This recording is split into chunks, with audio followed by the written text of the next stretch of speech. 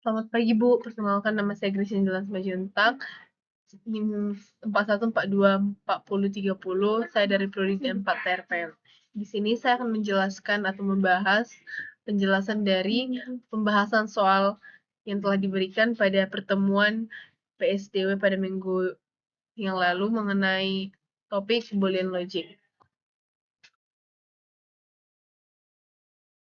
Yang pertama adalah soal mengenai peta untuk berjalan-jalan di Taman Bebras. Soalnya yaitu lingkaran hijau melambangkan pohon dan garis coklat melambangkan jalan. Perhatikan bahwa huruf yang sama dapat dipakai melambangkan pohon. Trayek dari pohon F ke pohon B dituliskan sebagai FD, E, C, A. Dan B, pada suatu hari Minggu ada dua keluarga yang berjalan-jalan di Taman Bebras. Trayek keluarga Amir adalah jalan B, A, A, C, E, D, E, F, D, E, D, A. Trayek keluarga Badu adalah F, D, C, D, A, E, A, D, E, D, dan A. Tantangannya, asumsikan bahwa kedua keluarga tersebut berangkat bersama dan berjalan dari satu pohon ke pohon berikutnya. Waktu tempuh dari satu pohon ke pohon berikutnya selalu sama. Berapa kali keluarga tersebut bertemu pada pohon yang sama?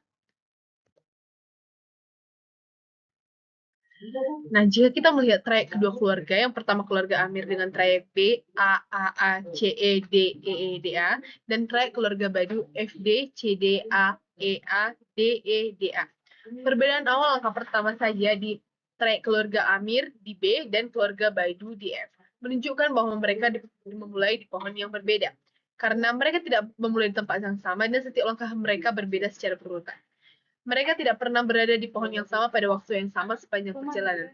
Oleh karena itu, walaupun posisi pohon mereka mungkin tampak serupa di beberapa langkah, mereka tidak pernah bertemu di pohon yang sama, sehingga jawabannya adalah trayek D. Mereka tidak bertemu di perhentian yang sama karena memang di setiap perhentian mereka selalu berada di pohon yang berbeda. Untuk soal kedua adalah Bobby si barang-barang memutuskan untuk bepergian dari Hamper ke Muk.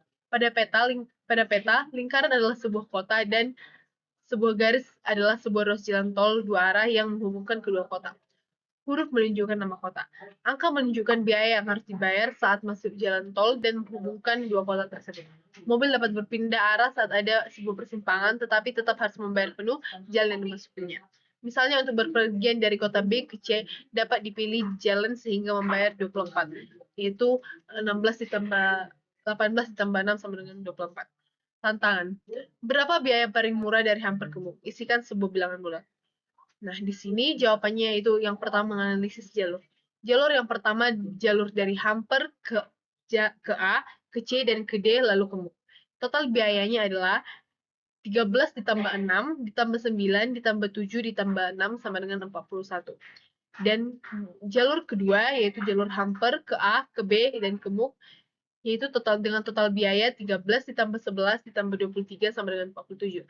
Maka dari kedua jalur tersebut kita dapat melihat bahwa biaya yang paling murah dari jalur Hamper ke Muk adalah biaya yang ditunjukkan oleh jalur yang pertama, yaitu dengan jawaban 41.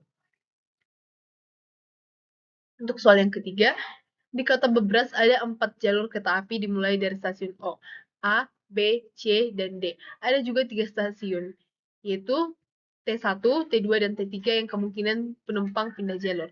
Tantangannya adalah Bebras Jojo akan pergi ke Zoo. Ia berganti kereta hanya sekali saja. Dari stasiun pemberangkatan manakah ia berangkat? Jawabannya adalah dari stasiun D. Pembahasan. Pada stasiun A tidak diperlukan transit dan pada stasiun B diperlukan 2 kali transit pada T1 dan T2. T3 dan T1.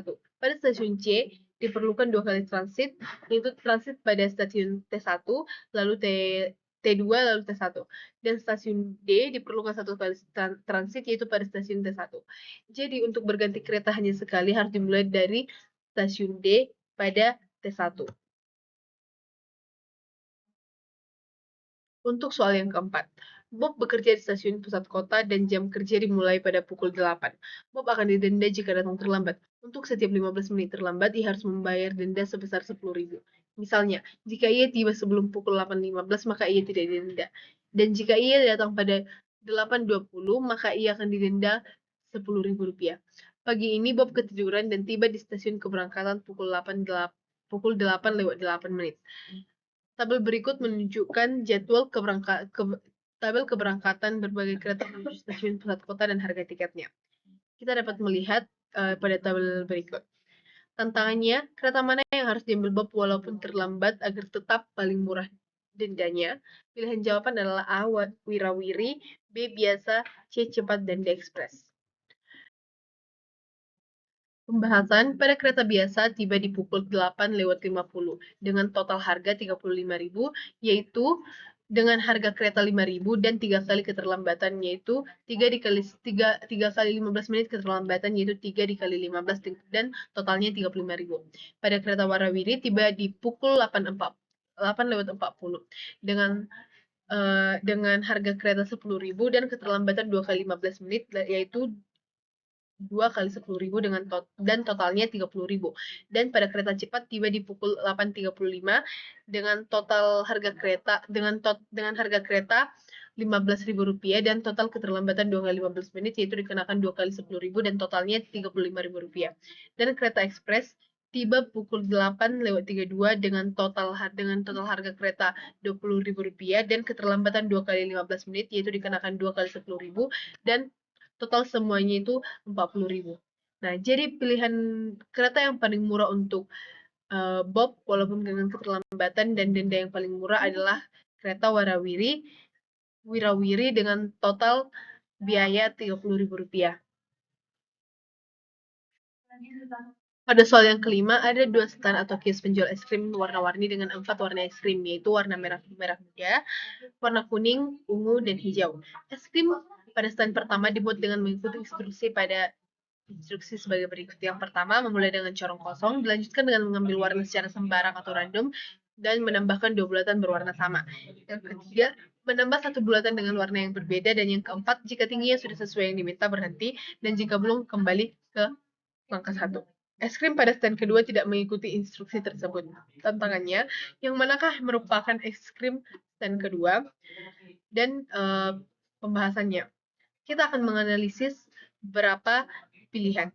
Yang pertama, instruksi pembuatan es krim pada stand pertama menekankan pada penambahan 2 bulatan berwarna sama, kemudian 1 bulatan berwarna berbeda.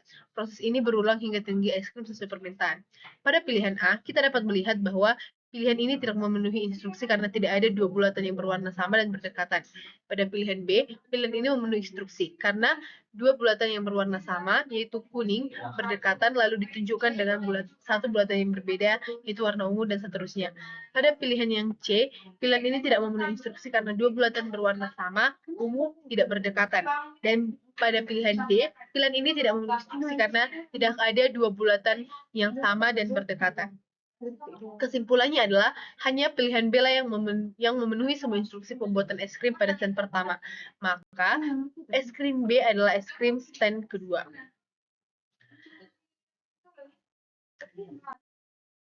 Sekian pembahasan saya mengenai soal dan pembahasan pada topik Boolean Logic. Jika ada kesalahan kata, saya mengucapkan maaf sebesar-besarnya. Sekian dan terima kasih.